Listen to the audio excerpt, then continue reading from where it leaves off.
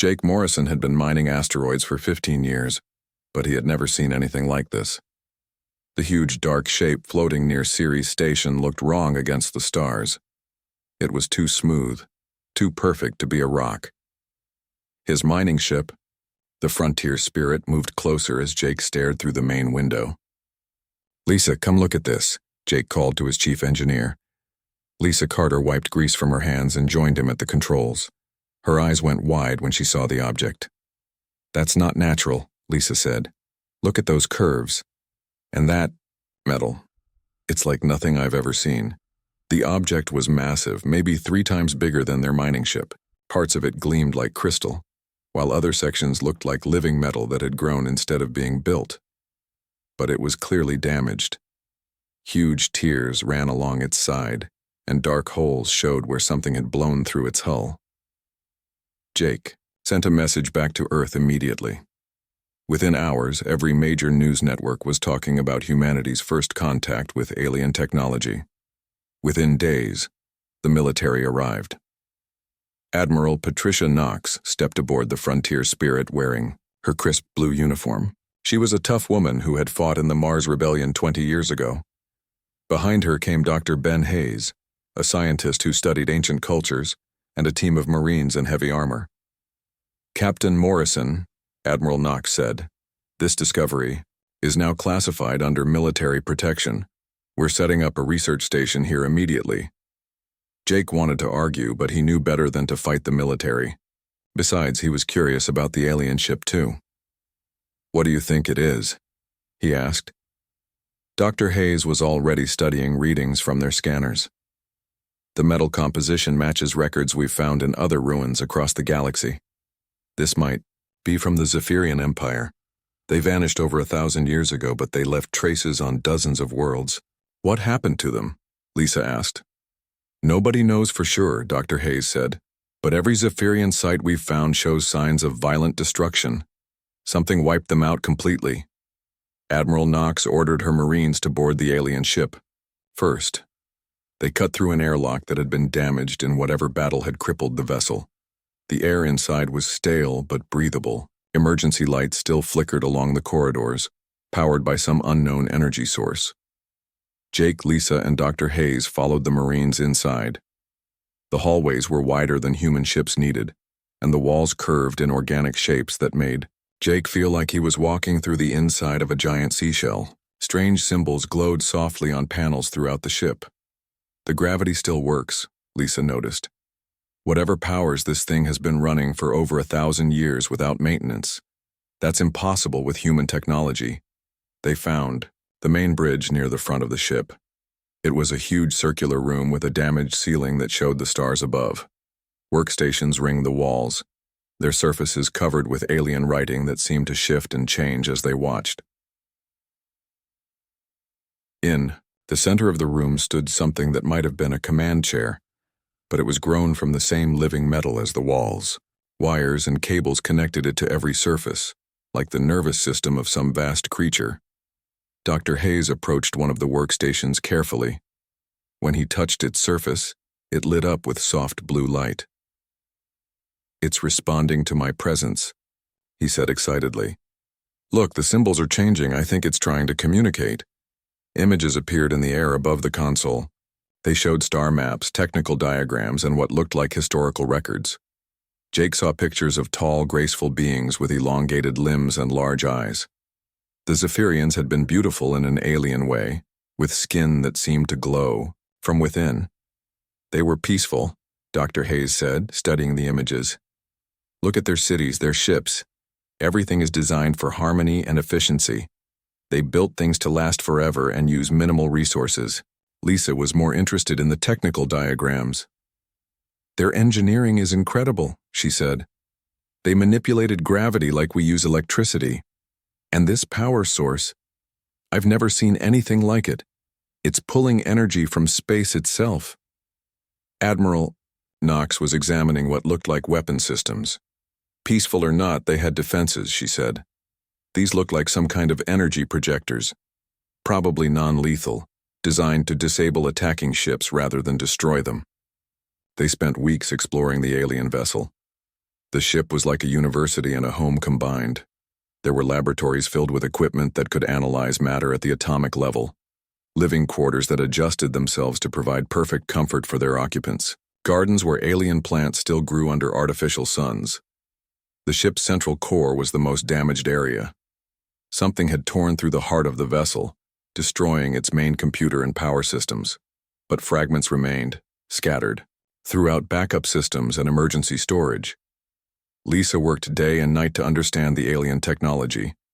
She learned that the Zephyrians had mastered dark matter manipulation, using it to bend space and time around their ships. Their materials could repair themselves and adapt to damage. Their computers thought in ways that made human artificial intelligence look like simple calculators. "We could learn so much from this," Lisa told Jake one night as they stood in the alien garden. Strange flowers glowed softly around them, filling the air with a sweet scent. "Their technology could solve every energy problem we have. We could travel to other galaxies. We could build ships that last for millions of years." Jake nodded, but something worried him. He had seen how excited Admiral Knox became when she studied the alien weapon systems. He had watched her take detailed scans of everything that could be turned into a tool of war. "The Zephyrians built all this," Jake said, gesturing at the beautiful garden and the softly glowing walls. "They were advanced beyond anything we can imagine. But something destroyed them anyway. Something was strong enough to wipe out their entire civilization." Lisa looked troubled. "Dr. Hayes thinks they were attacked by a coalition of other alien species. The Zephyrians were spreading peace and knowledge across the galaxy, and other races felt threatened by their influence. So they killed them all," Jake said. "Destroyed every ship, every colony, every trace of their civilization, except for this one damaged vessel that somehow escaped." They stood quietly among the alien flowers, thinking about the peaceful race that had built this incredible ship. Neither of them could imagine that within 2 years, human hands would turn the Zephyrians' tools of harmony into weapons of devastating war. The alien ship waited patiently in the asteroid belt, its damaged systems slowly being decoded by human scientists. It had been built to preserve knowledge and spread peace across the stars. Soon it would become something its creators never intended, a weapon that would announce humanity's arrival to the galaxy in the most violent way possible. Dr. Alex Turner rubbed his tired eyes and looked at the alien crystal again. For 18 months he had been trying to understand how the Zephyrians made their ships travel faster than light. The crystal glowed softly in his hands, warm to the touch despite having no visible power source. "Still working late, Alex?" Dr. Rachel Brooks entered the laboratory carrying 2 cups of coffee. She was the team's material scientist and one of the few people who understood how frustrated Alex had become. "This crystal contains compressed dark matter," Alex said, accepting the coffee gratefully. "The Zephyrians somehow learned to control the most mysterious force in the universe. Human ships need massive reactors to jump between stars. This little crystal could power our entire research station for a century." Rachel sat down beside him. She had been studying the alien hull materials for months. "Their metal fascinates me even more," she said. "It's not really metal at all. It's some kind of programmable matter that can become anything they need. Armor, circuitry, structural support. It repairs itself, adapts to damage, even learns from attacks to become stronger." Across the research station, Lisa Carter was deep inside the alien ship's engine room. She had practically moved in there, sleeping on a cot between the massive dark matter processors. The alien engines were like nothing humans had ever built. Instead of brute force, they used elegant manipulation of space-time itself. The Zephyrians were artists, Lisa muttered to herself as she traced power conduits through the ship's walls. Every system connects to every other system. Nothing is wasted. Nothing is crude or simple. It's like they designed this ship to be a living creature, but Lisa was changing the alien design. Human engineers thought differently than Zephyrians. Where the aliens had built one perfect system, Lisa was installing backups and redundancies. Where they had trusted elegant efficiency, she added raw power and multiple failsafes. Commander Kate Sullivan was working in what had once been the ship's peaceful defense systems. The Zephyrians had built weapons that could disable attacking vessels without destroying them. The energy projectors were designed to shut down engines and weapons while leaving life support intact. Kate was turning those merciful weapons into something much deadlier. The beauty of this technology, she explained to her assistant, is that it can be easily modified. The same energy beam that disables a ship's engines can overload them completely. Instead of stunning an enemy, we can make their reactors explode. Admiral Knox visited the project every week, always asking the same questions. How much more powerful could they make the weapons? How much faster could the ship travel? How quickly could they build more vessels like it? The alien ship is too small for our purposes, Admiral Knox told the engineering team during one meeting. We need to expand it. Add more weapons, more armor, more power systems. Make it into something that can defend human space against any threat. Dr. Hayes objected from his corner of the room. Admiral, we're destroying the very thing that makes this ship special. The Zephyrians built it to work in perfect harmony. Every change we make disrupts that balance. The Zephyrians are extinct, Doctor, Admiral Knox replied coldly. Their peaceful approach didn't save them. We need to learn from their mistakes. The construction work began immediately. Human shipyards sent massive cargo vessels filled with armor plating, weapon systems, and reactor cores. The elegant alien ship slowly disappeared under layers of human technology. Lisa watched sadly as workers cut through the ship's organic walls to install human power conduits. We're turning something beautiful into something brutal, she told Jake Morrison during one of his visits. Jake had been promoted to oversee the construction effort. He understood Lisa's concerns, but he also saw the bigger picture. The galaxy is a dangerous place, he said.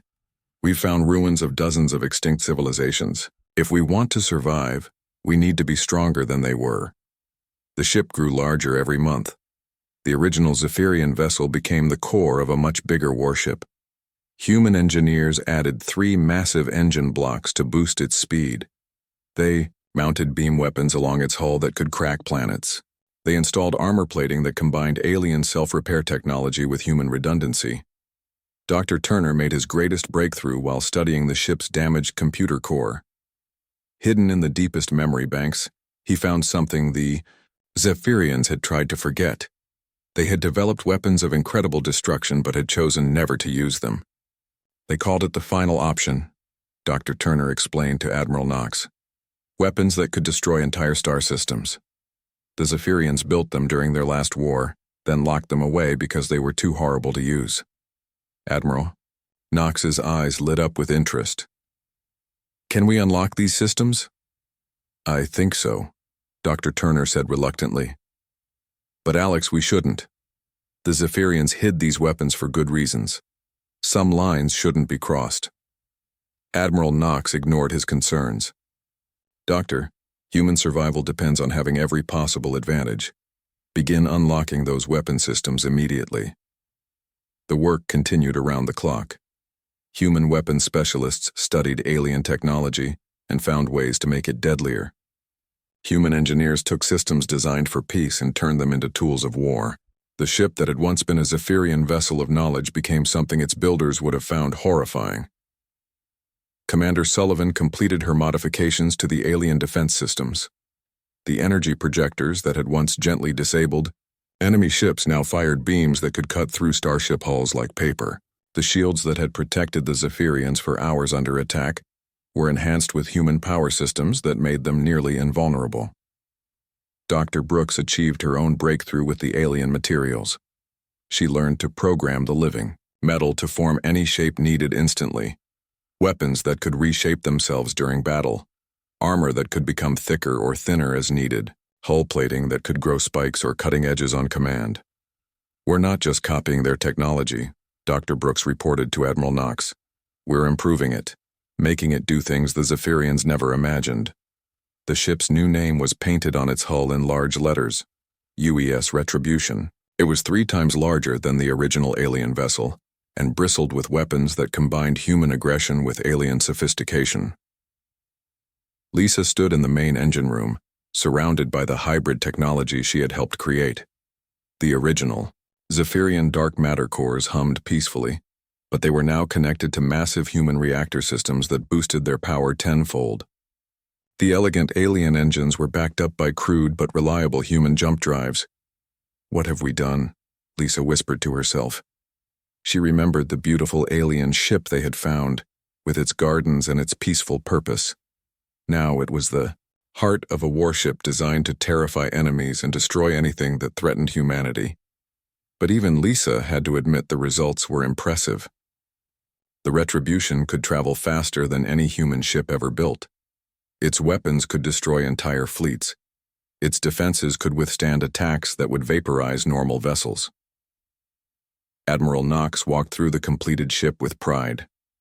Every system exceeded human engineering by centuries. Every weapon was more powerful than anything in Earth's arsenal. The peaceful aliens had provided the knowledge, but human hands had turned it into the ultimate tool of war. The Retribution was ready for its first mission. None of them could imagine that within months it would face the very aliens who had destroyed the Zephyrians. The ship, built from peaceful technology, would announce humanity's presence to the galaxy in the most violent way possible. Captain Danny Walsh stood on the bridge of the UES Retribution, watching the stars blur past as they traveled through hyperspace. 6 months had passed since the ship's launch, and this was their first mission beyond human space. Admiral Knox sat in the observer's chair beside him, her face tense with anticipation. "Dropping out of hyperspace in 30 seconds, announced First Officer Amanda Price from her station. She was young for such an important position, but she had proven herself during the ship's trials. Sensors are picking up multiple contacts in the Centauri system. The stars returned to normal as the Retribution exited hyperspace. Immediately, the ship's advanced sensors began analyzing everything around them. What they found made everyone on the bridge go silent. "Captain," called out Tony Garcia from the engineering station, "we're reading at least 20 alien vessels. They're big, heavily armed, and they're heading straight for the human colony on Centauri Prime." Danny felt his stomach tighten. The colony on Centauri Prime was home to 50,000 humans. It was one of humanity's most distant settlements, barely protected by a few patrol ships and orbital defense platforms. "What kind of aliens are we looking at?" Admiral Knox asked sharply. Amanda studied her readings carefully. Unknown configuration, but they're using plasma weapons and kinetic railguns. Very aggressive design. Their ships look like they were built for war. The alien fleet was impressive and terrifying. Each ship was covered in armor plating and weapon ports. They moved in perfect formation like predators closing in on prey. Their hulls were painted in dark colors with sharp, threatening designs. "Open communication channels," Danny ordered. "Let's see if we can talk to them." Amanda worked at her station for several minutes before shaking her head. "They're not responding to any of our standard first contact protocols. But Captain, I'm picking up their internal communications. The translation computers are starting to understand their language." "What are they saying?" Admiral Knox demanded. "They call themselves the Hegemony of Korth," Amanda reported, "and they're discussing the best way to conquer the human colony. They think we're a weak species that will be easy to enslave." Danny felt anger building in his chest. These aliens had come to human space with the intention of attacking innocent colonists. They weren't interested in peaceful contact or negotiation. They were conquerors, pure and simple. "Captain," Tony called out urgently, "the lead alien ship is hailing us. They're demanding that we surrender immediately or be destroyed." The main screen flickered, and an alien face appeared. The creature was reptilian, with yellow eyes and rows of sharp teeth. Scars covered its face, and metal implants augmented its skull. When it spoke, its voice was full of hatred and arrogance. "I am War Commander Thektar of the Korth Hegemony," the alien said. "You pilot a ship of the ancient Zephyrians, the cowards we destroyed long ago. Surrender now, and we may allow some of your species to live as slaves." Admiral Knox stood up slowly, her face cold with fury. "Captain Walsh, respond to their transmission." Danny nodded grimly. "War Commander Thektar, this is Captain Danny Walsh of the United Earth ship Retribution. You are threatening human civilians in our territory. Withdraw immediately, or we will be forced to defend ourselves." The alien commander laughed, a sound like grinding metal. "One ship against 20? Your Zephyrian masters were fools to trust in peaceful technology. We will show you how real warriors fight. The transmission ended, and immediately the Korth ships opened fire. Plasma bolts and railgun rounds streaked across space toward the Retribution. The bridge crew braced for impact, but Admiral Knox remained standing calmly. All weapons, return, fire, Admiral Knox ordered. Show them what human engineering can accomplish. The Korth weapons hit the Retribution's shields and did absolutely nothing. The enhanced Zephyrian defense systems absorbed the alien attacks without even flickering. The adaptive armor plating analyzed each weapon type and instantly adjusted to provide maximum protection. Impossible, breathed War Commander Thekatar's voice over the open channel. Our weapons should have torn through that ship. But the Retribution's response was devastating. The modified Zephyrian beam weapons, enhanced with human power systems, lanced out across space. Where the original systems had been designed to disable enemy ships peacefully, the human modifications turned them into instruments of pure destruction. The first Korth vessel simply vanished in a flash of light. The beam weapon had overloaded its reactor, causing an explosion that briefly outshone the local sun. The second ship tried to evade, but Tony Garcia's modifications to the targeting systems tracked it perfectly. Another beam, another explosion. This is impossible, War Commander Thektar screamed over the communication channel. No species has technology this advanced. The Zephyrians never fought like this. That's because we're not Zephyrians, Admiral Knox replied coldly. We're humans, and we don't build technology for peace. We build it for victory. The battle became a massacre. The Korth ships had been designed to fight other aliens using conventional technology. Their plasma weapons and railguns were useless against the Retribution's adaptive defenses. Their armor was no protection against beam weapons that could cut through anything. Amanda watched in horror as ship after ship exploded under the Retribution's guns. Admiral, they're trying to retreat. Should we let them go? Negative, Admiral, Knox said firmly. They came here to enslave human colonists. They threaten our people. Destroy them all. Danny felt sick as he watched the alien fleet die. The Korth were aggressive conquerors, but they were also living beings.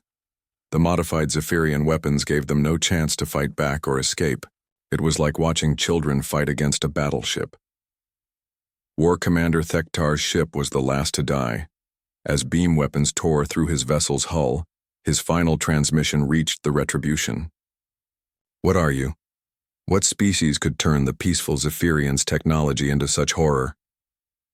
We are humanity, Admiral Knox replied.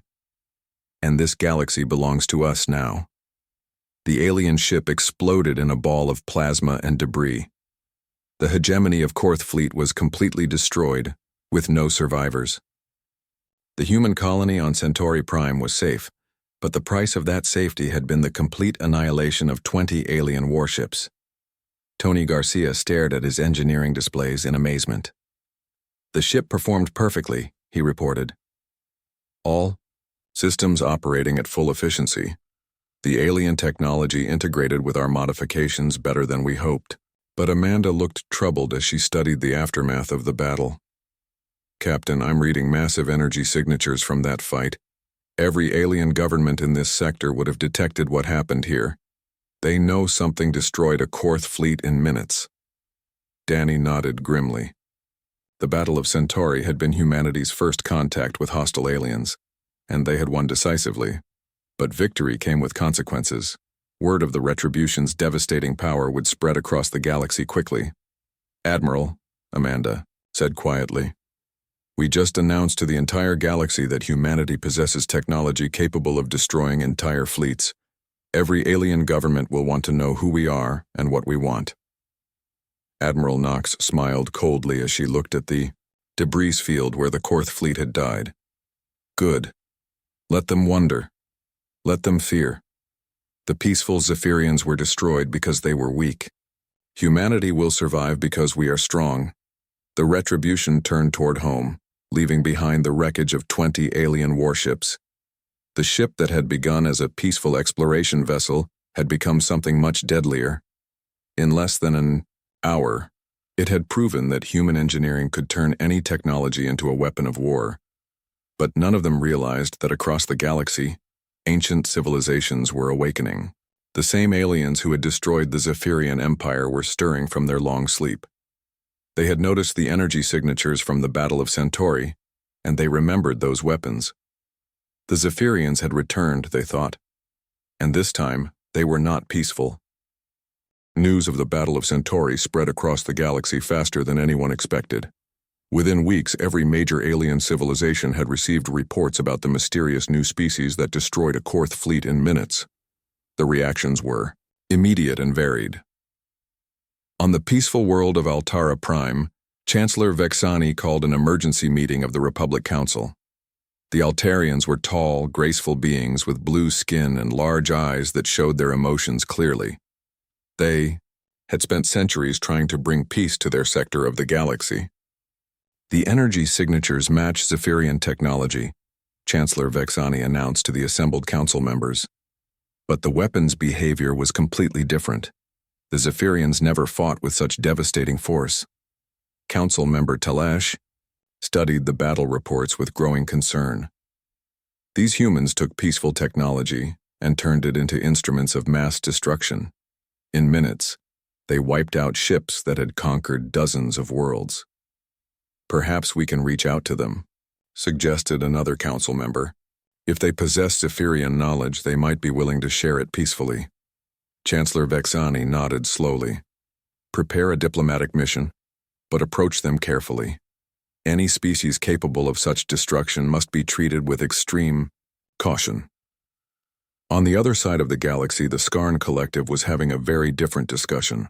The Skarn were hunters and warriors, evolved from pack predators who had learned to work together. Their homeworld was a harsh place where only the strongest survived. Pack leader Grextar paced around the War Council chamber, his claws clicking on the metal floor. "These humans interest me," he growled to his subordinates. "They think like Skarn.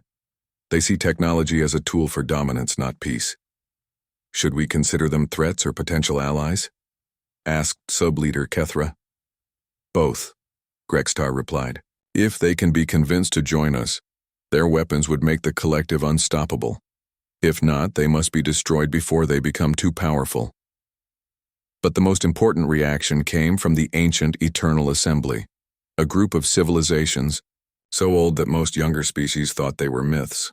Deep in the galactic core, on a space station that had existed for millions of years, the Assembly stirred to life. The Eternal Ones were the survivors of the galaxy's first Great War. They had watched civilizations rise and fall for eons, intervening only when necessary to maintain the balance of power. They remembered the Zephyrians, and they remembered why the peaceful empire had to be destroyed. Archon Zethmor was the oldest of the Eternal Ones, ancient beyond measure. His cybernetic body had been enhanced and modified so many times that little remained of his original form. When he spoke, his voice carried the weight of millions of years. "The Zephyrians have returned," Archon Zethmor announced to the assembly. "Their energy signatures are unmistakable, but something has changed. These new Zephyrians fight with a savagery their predecessors never possessed." "Impossible," objected Assembly Member Vorthak. "We destroyed every Zephyrian ship, every colony, every trace of their civilization. No survivors escaped our final purge." "Yet the evidence is clear," Archon Zethmor replied. "Zephyrian technology has reappeared, enhanced and weaponized beyond anything we've ever seen. We must investigate immediately." Meanwhile, aboard the UES Retribution, Dr. Hayes was making disturbing discoveries in the ship's ancient memory banks. The deeper he dug into Zephyrian records, the more horrifying the truth became. "Admiral Knox," Dr. Hayes called urgently as he burst into her quarters. "I've found something terrible in the ship's historical files. The Zephyrians weren't destroyed by random alien attacks.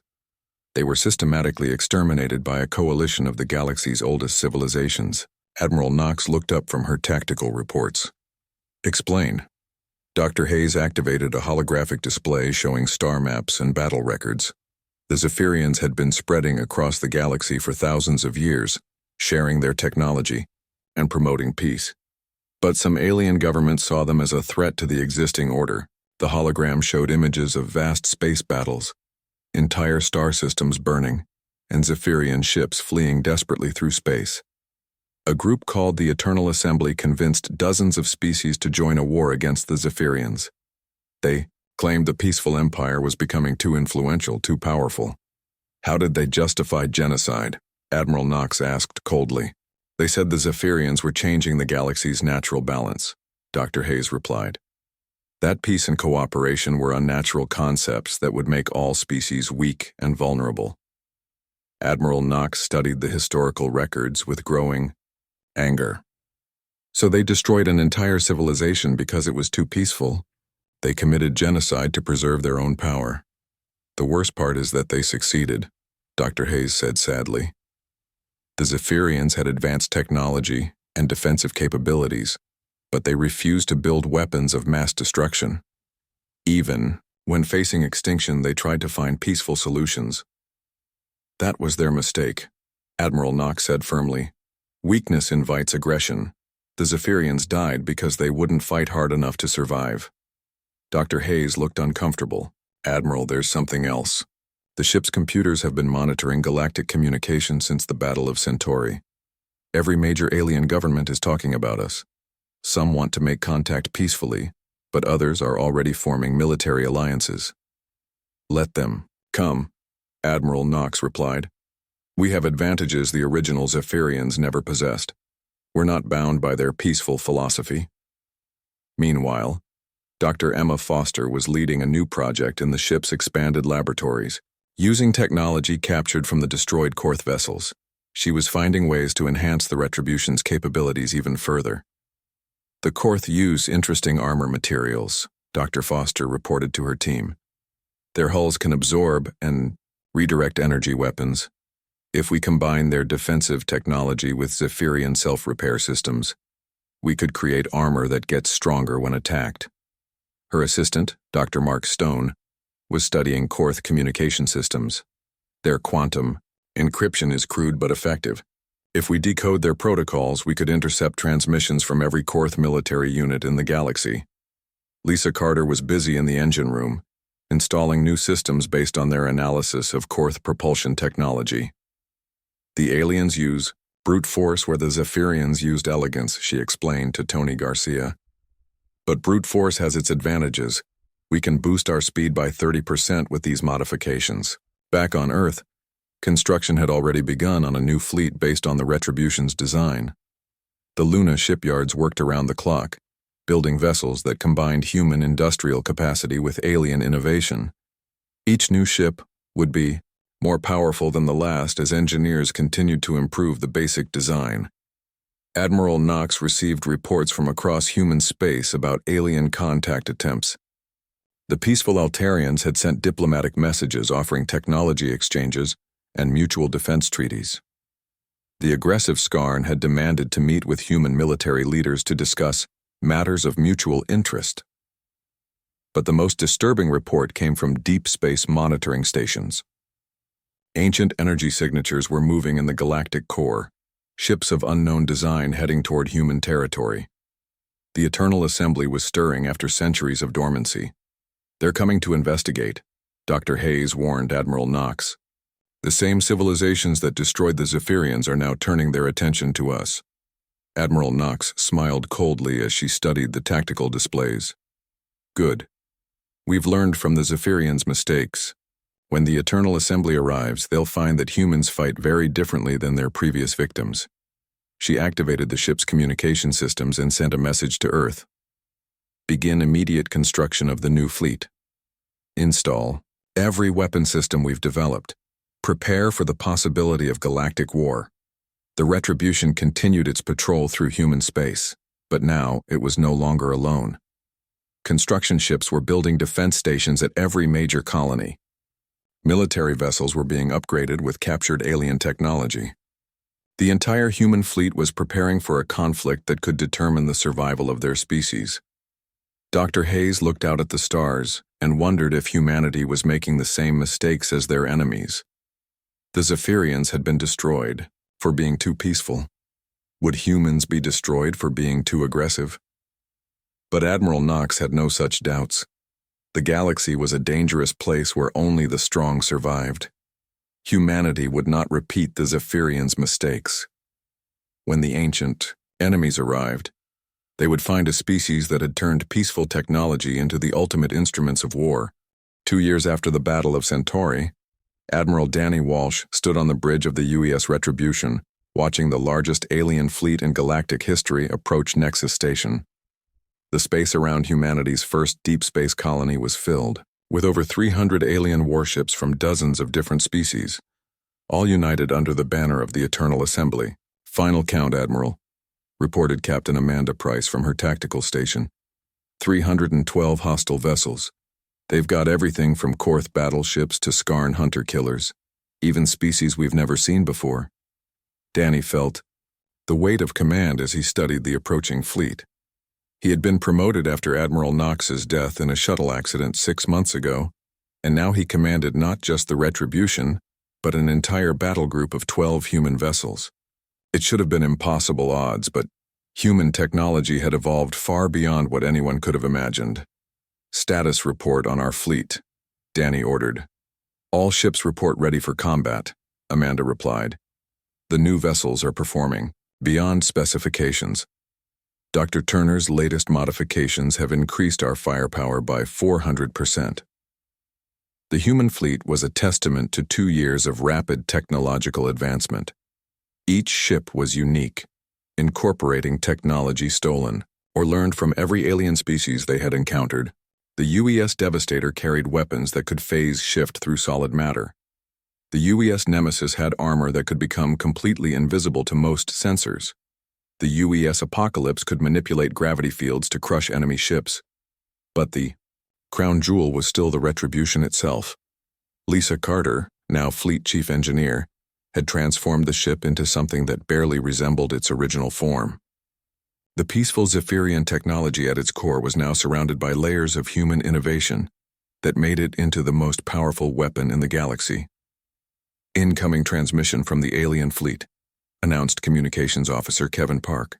"It's from someone calling himself Archon Zethmore of the Eternal Assembly." The main screen flickered to life, showing an ancient being that was more machine than organic. Cybernetic implants covered most of its body, and its eyes glowed with artificial light. When it spoke, its voice carried the authority of millions of years. "I am Archon Zethmore, eldest of the Eternal Assembly," the being said. "We have come to investigate reports of Zephyrian technology in this sector. We destroyed that peaceful civilization once before, and we will do so again if necessary." Danny stepped forward, his jaw set with determination. "This is Admiral Danny Walsh of the United Earth Fleet. We are humans, not Zephyrians, and we will defend our territory against any aggressor." The ancient being's expression shifted to one of confusion and then growing horror. "Impossible. We detected Zephyrian energy signatures. Their weapons, their technology. How could another species possess such knowledge? We found one of their ships," Danny replied coldly. "We studied it, improved it, and made it into something they never imagined. The peaceful Zephyrians are extinct, but their technology lives on in human hands." Archon Zethmore's face twisted with rage. "You have committed the ultimate blasphemy. Zephyrian technology was meant to die with them. No other species should possess such power." "Then you should have destroyed it more thoroughly," Danny said. "Prepare to face the consequences of your incomplete genocide." The alien fleet opened fire immediately. Plasma beams, particle weapons, and kinetic projectiles filled space as over 300 warships unleashed everything they had at the human vessels. The barrage was enough to sterilize entire planets, concentrated into a killing field that should have vaporized any opposition. But the human ships simply vanished. "Phase shift successful," reported Dr. Turner from the science station. "All vessels have moved into parallel space-time. The alien weapons are passing through our dimensional position without making contact." Lisa Carter watched her modifications work perfectly. The original Zephyrian engines had been designed to manipulate space-time for faster travel. Human engineers had expanded that capability, allowing their ships to exist partially outside normal reality. They could appear and disappear at will, becoming impossible to target effectively. The human fleet materialized behind the alien formation and opened fire. But these were not the weapons the aliens expected. Dr. Foster's research teams had spent 2 years developing original technology that surpassed even Zephyrian innovations. The UES Devastator fired its reality distortion cannon, creating a bubble of altered physics around 3 enemy ships. Inside the bubble, the fundamental forces of the universe worked differently. The alien vessels simply came apart as their atoms forgot how to hold together. The UES Nemesis launched gravity torpedoes that created miniature black holes inside enemy hulls. The artificial gravity fields lasted only seconds, but that was enough to collapse entire starships from the inside out. The UES Apocalypse deployed its temporal disruptor, aging enemy vessels by thousands of years in seconds. Ancient battleships crumbled to dust as time itself became a weapon. But the Retribution itself was the most terrifying weapon on the battlefield. Lisa's latest modifications had unlocked the hidden Zephyrian weapons that Dr. Turner had discovered years ago. The final option technology that the peaceful Empire had built but never used. Firing the Omega Beam, Lisa announced calmly. The weapon that emerged from the Retribution was unlike anything the galaxy had ever seen. It was not an energy beam or a projectile. It was a directed collapse of space-time itself, creating a wound, in reality, that consumed everything in its path. 50 alien ships simply ceased to exist. They did not explode or burn. They were erased from the universe completely, leaving not even debris behind. The wound in space-time sealed itself after a few seconds, but the damage was absolute and irreversible. By the ancients, whispered Archon Zethmore over the open communication channel. What have you become? We are what the Zephyrians could have been, Danny replied, if they had been willing to fight for their survival instead of clinging to peaceful ideals. The alien fleet tried to retreat, but human technology had evolved beyond simple warfare. Dr. Stone's communications warfare systems had been infiltrating alien networks throughout the battle. Now they activated, seizing control of enemy ships, computers, and turning their own weapons against each other. Admiral, Amanda reported with amazement, we've gained control of 78 enemy vessels. Their ships are firing on their own allies. The battle became a massacre. The aliens had expected to face primitive weapons and simple tactics. Instead, they encountered technology that operated by rules they didn't understand. Human ships appeared and disappeared at will. Their weapons ignored conventional defenses. Their electronic warfare systems turned the aliens' own fleets against them. Commander Kate Sullivan, now in charge of all human weapons systems, watched the destruction with professional satisfaction. The alien fleets are completely outmatched, she reported. They're using technology that's thousands of years old. We've advanced beyond them in just 2 years. The few surviving alien ships tried desperately to escape, but even retreat was impossible. Human ships could phase through space-time itself, appearing anywhere they wanted instantly. The technological gap was so vast that resistance became meaningless. Archon Zethmore's flagship was the last to fall. As reality distortion beams tore through his ancient vessel, he sent one final transmission to the human fleet. You have doomed the galaxy, he said. The Zephyrians were destroyed because their technology was too dangerous to exist. Now you have made it even more deadly. The Zephyrians were destroyed because they were weak, Danny replied. Humanity will survive because we are strong. The ancient being's ship collapsed into itself as gravity weapons crushed it to a single point. The Eternal Assembly fleet was completely destroyed, with no survivors. The coalition that had ruled the galaxy for millions of years was gone, erased by weapons that combined peaceful alien knowledge with human military innovation. Dr. Hayes, now Chief Science Officer, studied the aftermath of the battle with mixed emotions. We've won decisively, he reported. But we've also announced to the entire galaxy that humanity possesses technology capable of threatening reality itself. Danny nodded as he surveyed the empty space where over 300 alien warships had died. Let them know. Let every species in the galaxy understand that humanity will not tolerate threats to our people or our territory. Lisa Carter looked at the readings from her modified engines and weapon systems. The Zephyrian technology at the ship's core was now completely integrated with human innovations. The peaceful aliens who had built the original vessel would never recognize what it had become. "Admiral," Lisa said quietly, "we've created something that goes beyond warfare. These weapons could reshape the galaxy itself. We have the power to rewrite the fundamental laws of physics." Danny considered her words as he watched the human fleet prepare to return home. The Zephyrians built their technology for harmony and peace. It made them powerful, but it also made them vulnerable. We've taken their gifts and made them into tools of absolute dominance. The UES Retribution turned toward human space, leading a fleet that had just proven humanity's technological supremacy. The ship that had begun